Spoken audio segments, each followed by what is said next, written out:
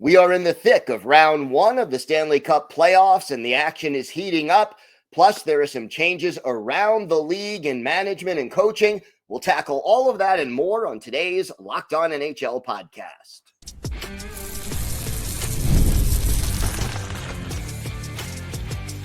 You're Locked On NHL, your daily podcast on the National Hockey League. Part of the Locked On Podcast Network, your team every day.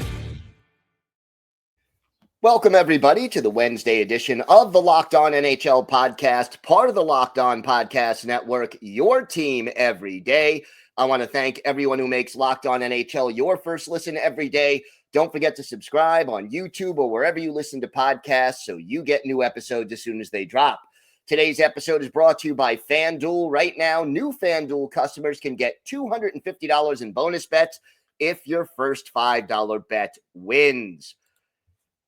Mike, it's amazing that the playoffs were like sort of getting close to the middle of round one, and there's been some pretty exciting action going on so far.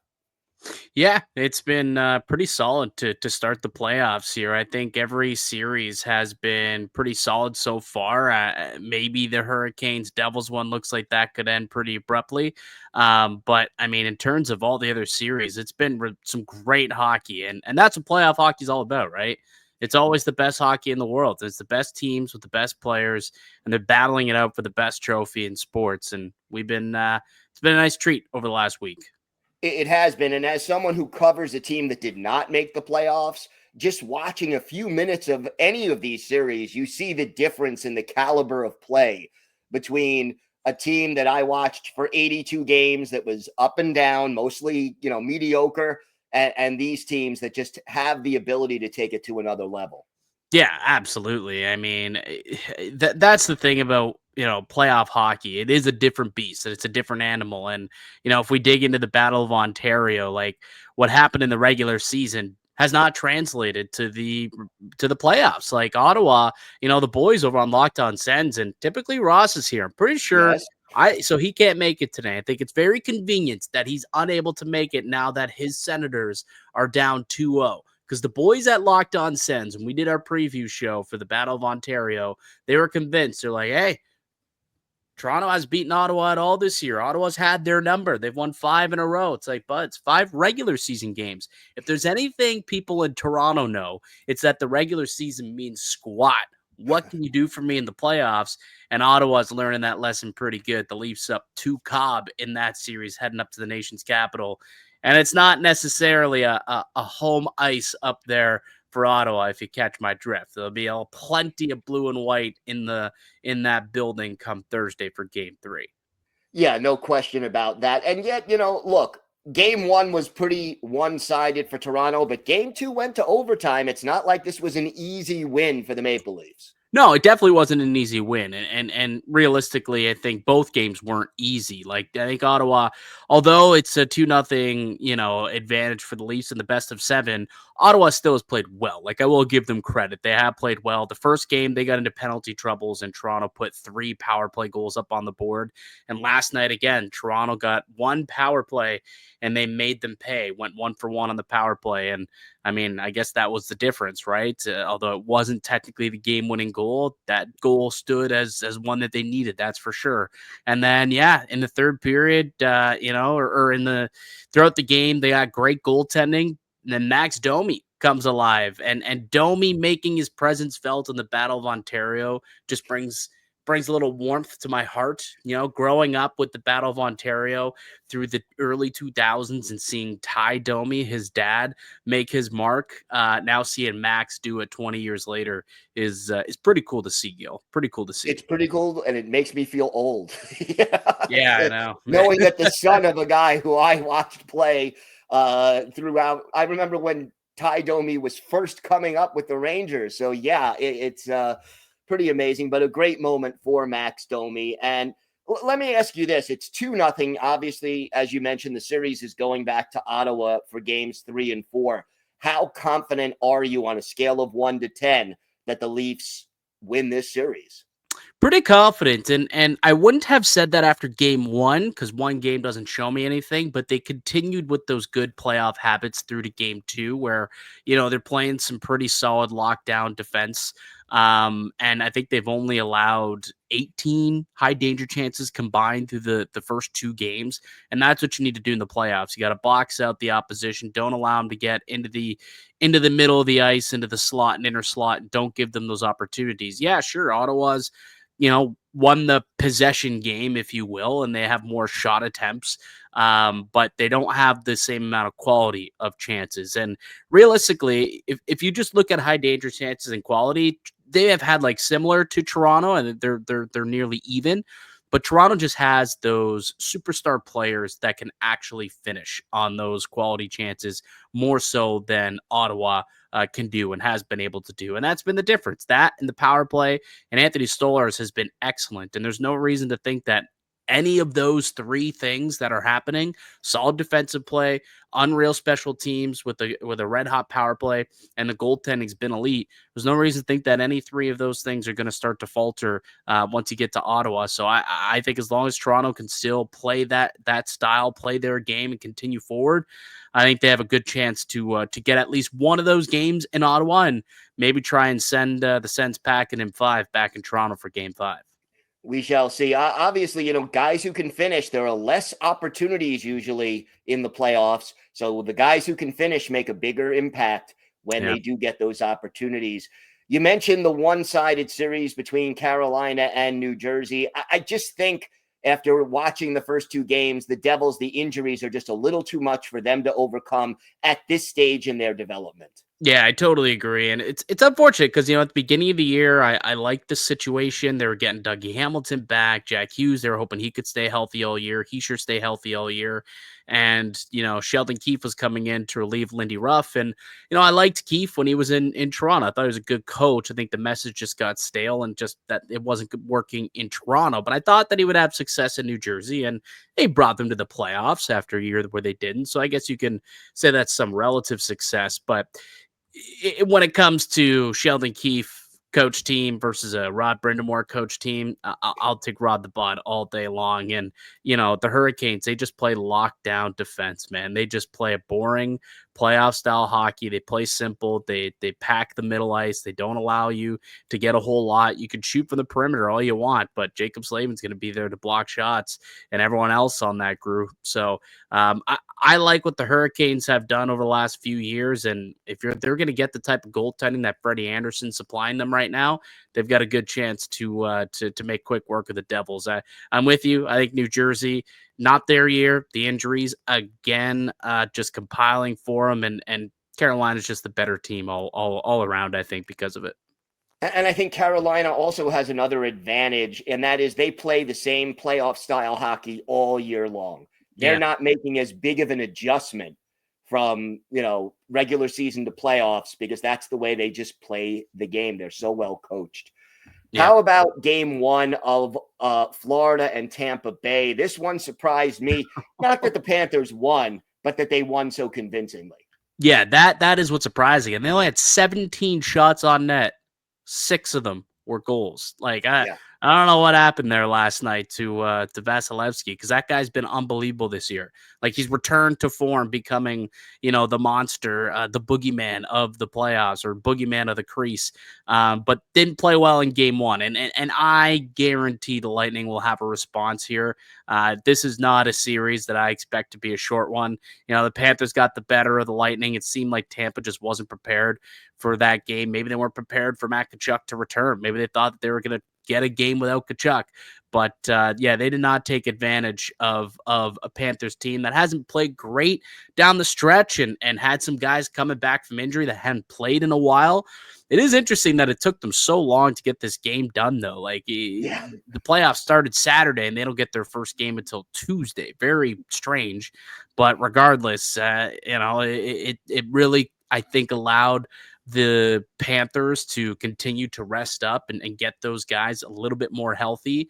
And they looked fine, but ultimately the Lightning, you can't give up 6 goals on 17 shots. Like, that just can't happen. It's going to be a battle for sure. I expect the Lightning to come back bigger and better in game 2, though. And they better, because they're home, and you don't want to be down 2-0 heading on the road for games 3 and 4. And Aaron Ekblad returns in game 3 too. So got to get the split. Yep. I was pleasantly surprised by the Minnesota Wild beating the Vegas Golden Knights, evening out that series at 1. Minnesota's been dealing with injuries. They've been frustrated down the stretch. They kind of stumbled on their way into the playoffs, and yet here they are going toe-to-toe with Vegas. How impressed have you been with this Matt Boldy kid in these playoffs so far? Like, that guy is just unbelievable. He's going to be a star in this league.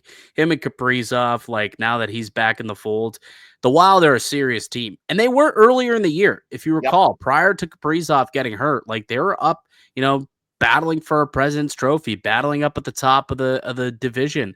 And then Kaprizov missed 40 games, and Joel Eriksson Ek missed some time, and the goaltending wasn't as great as it was earlier in the season.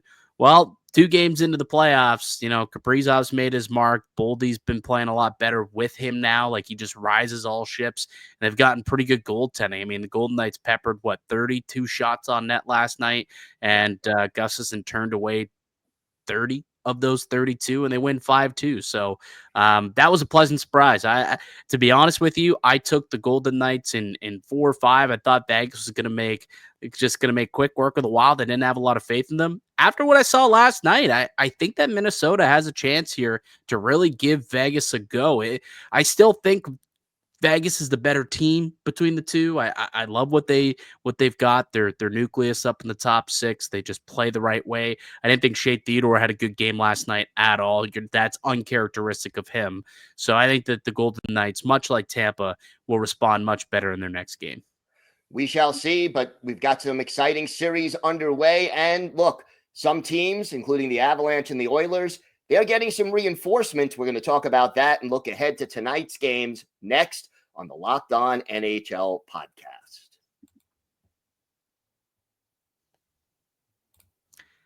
The NHL playoffs are almost here, and FanDuel is giving you new customers an incredible way to get in on the action. Right now, when you join FanDuel and place your first $5 bet, you'll get $250 in bonus bets if your bet wins. I love how FanDuel makes betting so easy, whether it's picking my favorite team or diving into player props, from goal scorers to shot props. FanDuel has so many ways that you can bet on your favorite players. Plus, after the game starts, you can even combine live prop bets into a same-game parlay for a chance to win big. Don't miss out. Head to FanDuel.com and claim your $250 in bonus bets today.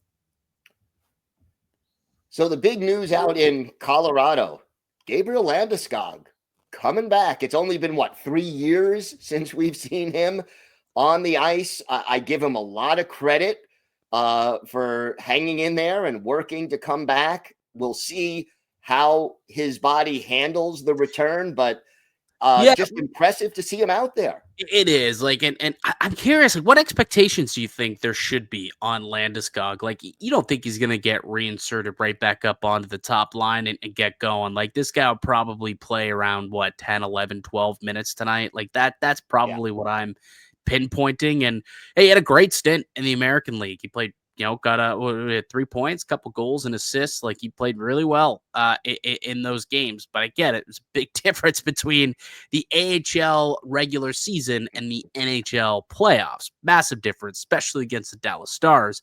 But just think about the morale boost of him being in the lineup and what that could do for this Colorado Avalanche team, the Nate McKinnons of the world, who's been there and watched this guy compete and battle and get his ass ready to come out and play. They're going to be ready to play for him. The Cale Makars, the Devontays, everyone who won a cup with him a couple of years ago, the last time he touched the ice with them.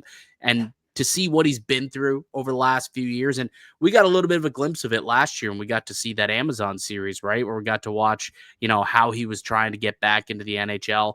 Well, 3 years later, he finally is getting his opportunity to lace him up and play again for the Colorado Avalanche. I'm so excited. It's not anything I expected. I figured that he was probably done his career at that point. Like, when he was unable to get ready and get healthy for last year's playoffs after making a push and suffering a setback, I thought it was over and it was it for him.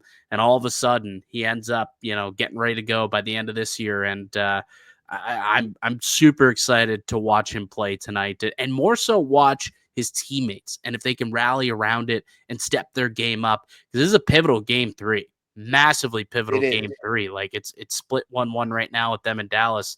They're going into Dallas now, or no, they're going to Colorado. No, Yes. going home to Colorado at that. Like, you get a win here, your odds of winning this series improve drastically. So I'm excited for this game tonight. And I get the feeling if he plays 10, 11 minutes, like 4 or 5 of them are going to be on the power play. I just get the feeling he'll see more action on the power play than 5-on-5. You think we see like a Steven Stamkos situation where it's like the greatest 3 minutes of playoff hockey?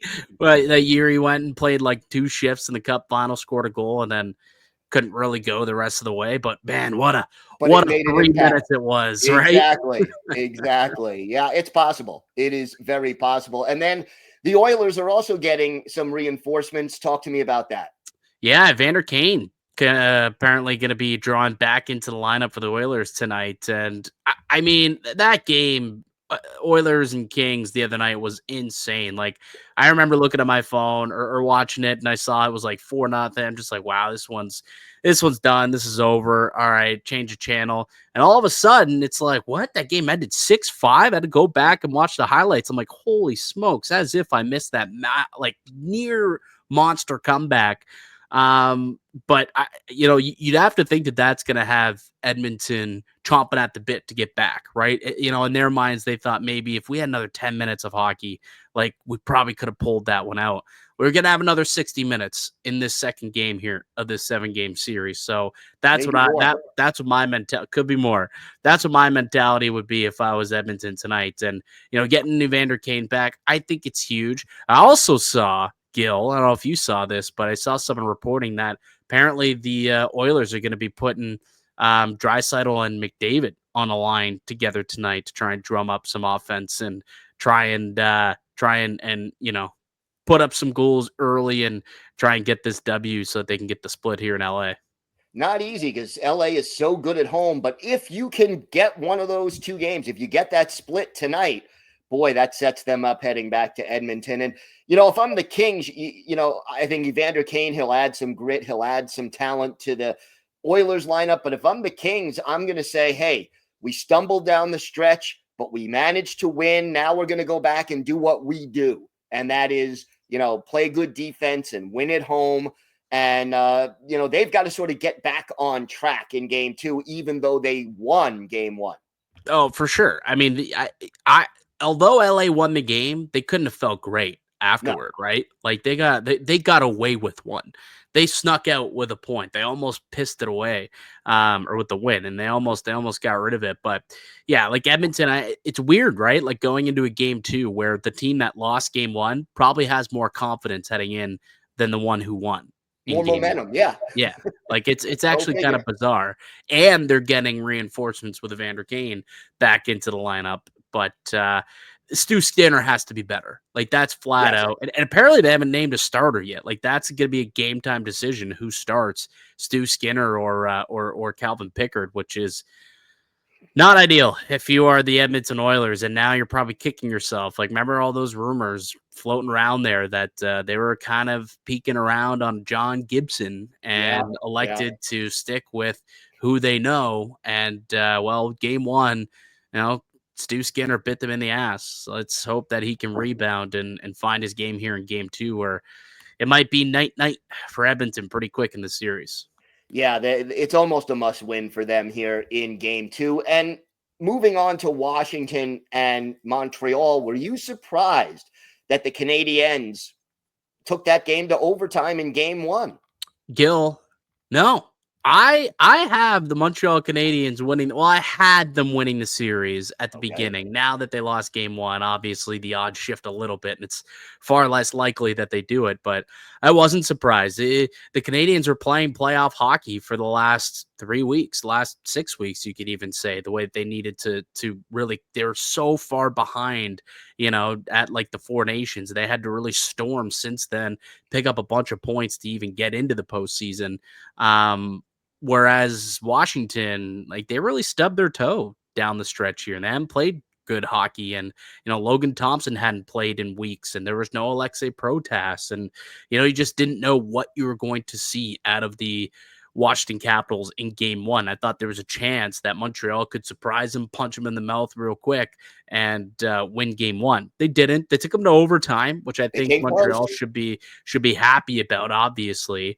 But I really do believe that they'll be able to give them a good run for their money. Like that's a young Montreal team that went into a veteran, experienced Washington building and took them to OT in game one. This is a series that I truly believe is going to end up going 7, and it's still a coin flip to me. Despite Washington taking the first game, I still think Montreal has an opportunity if they can get out of Washington with a split and take it back to the Bell Center this weekend. I really think they have an opportunity to potentially pull off a massive upset. Yeah, and even if it doesn't work out that way, I don't think any games in this series are going to be easy. No. I think we'll see a lot. Like every game will be like game one. Low scoring, tight checking. That's what I think we're in for this type of series. That's ultimately what. That's also going to be best case scenario for Montreal, because if they get into a track meet with Washington, who was one of the highest scoring teams in the league this year, I don't think they're going to win a lot of games because I think their goaltending is just a little bit better, actually a lot better. If it's Logan Thompson playing than Samuel Montembeault, despite who Four Nations decided to take for Team Canada this year for the international squad. It would be more beneficial to Montreal if it could be a low scoring series, I think. Yeah, they're not winning a run and gun series with the Capitals. It's not conducive to their style of play. No.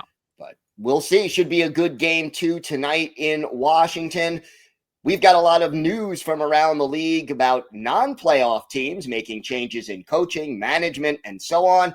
We're going to talk about that and more coming up on today's Locked On NHL podcast.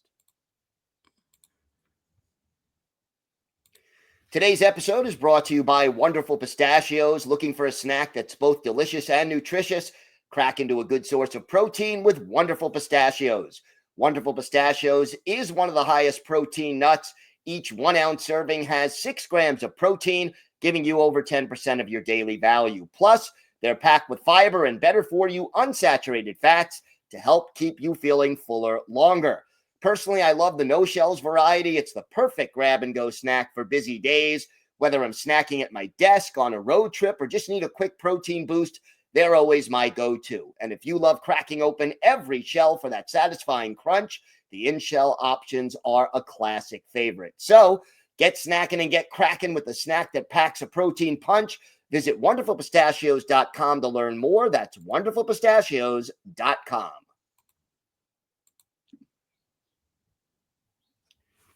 A lot of news now as the teams that didn't make the playoffs are letting people go and making changes. What stood out to you so far as what's been happening?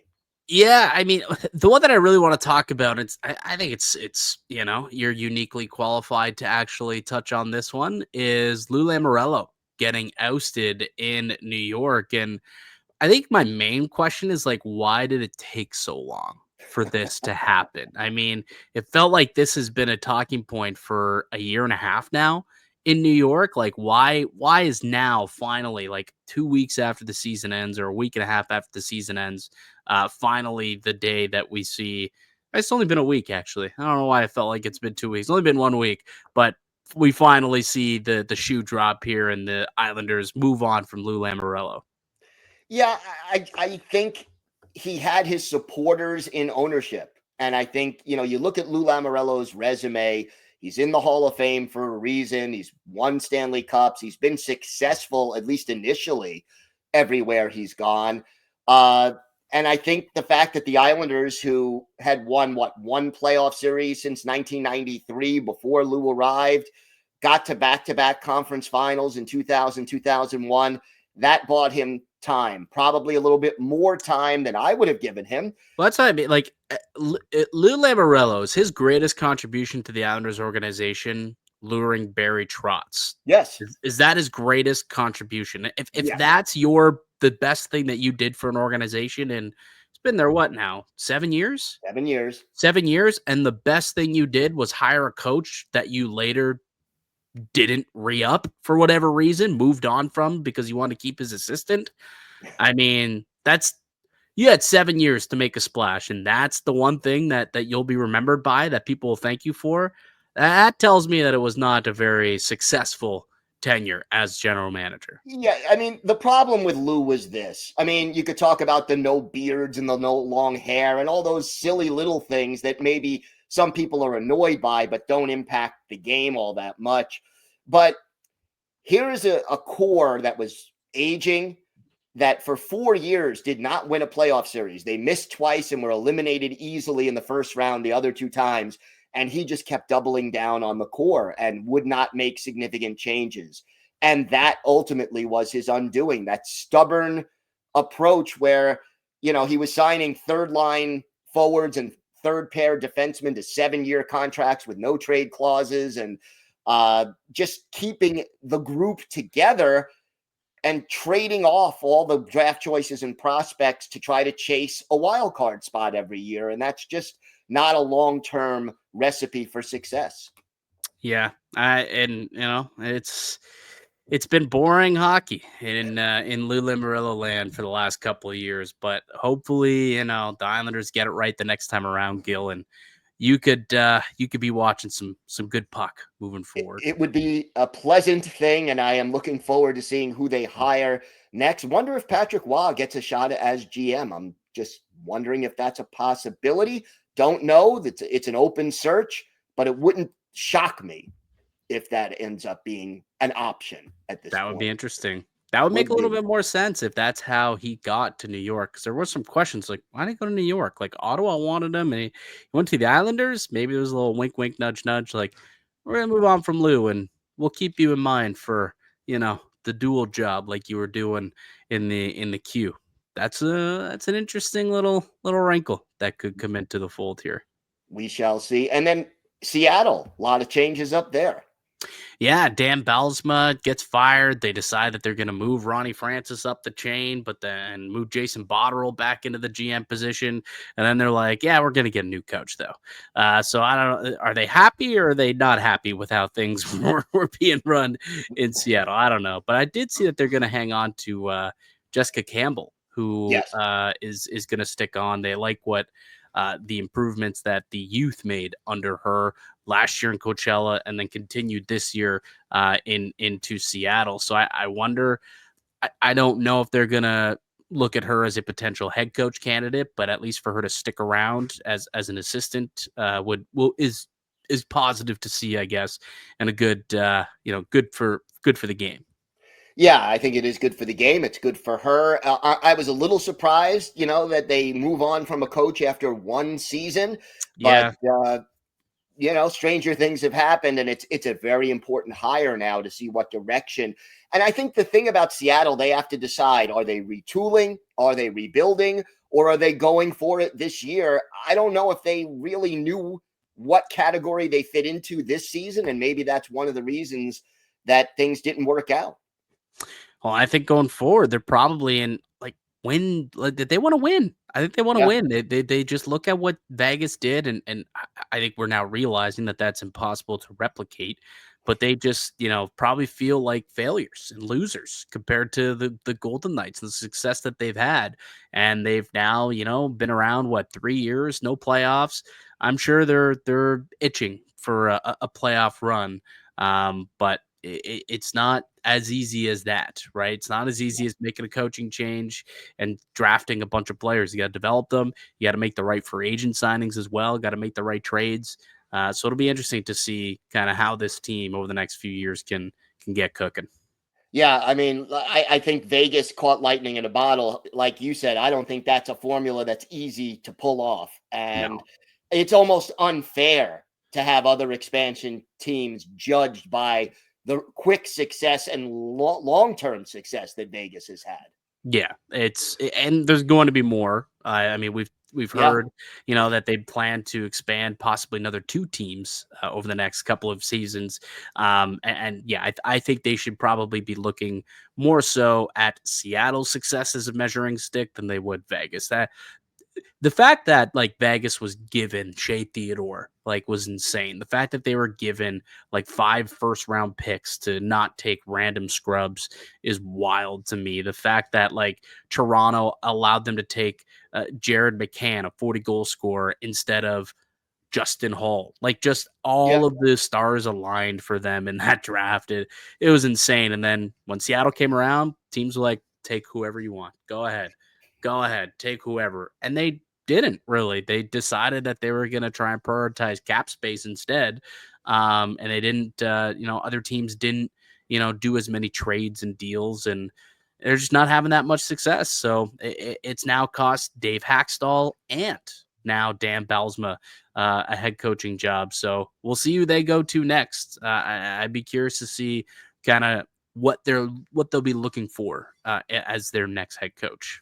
Yeah, it's a big decision, and we'll see what direction they head in. But it's a process. And look, Seattle is still, they are competitive, at least. It's a long way from what we saw, 30, 40 years ago when the Washington Capitals came into the league, or the WHA teams merged, and I'll put that in air quotes, with the NHL, where they were more or less expansion teams. And it was hard for them to win right away. And now at least Seattle is respectable, but they're not Vegas. And, that's sort of that impossible standard that they are being held to. All right, well, that's going to do it for us today. I want to thank everyone for making Locked On NHL your first listen today. For your second listen, check out the all-new Locked On NHL Game Night. Every game, every night until a Stanley Cup champion is crowned. Get local analysis on a national scale. Find NHL Game Night on Locked On NHL on YouTube or wherever you listen to podcasts. It's part of the Locked On Podcast Network, your team every day. I'm Gil Martin. He's Mike DiStefano. Thank you so much for watching and listening to the Locked On NHL podcast. Take care, everybody.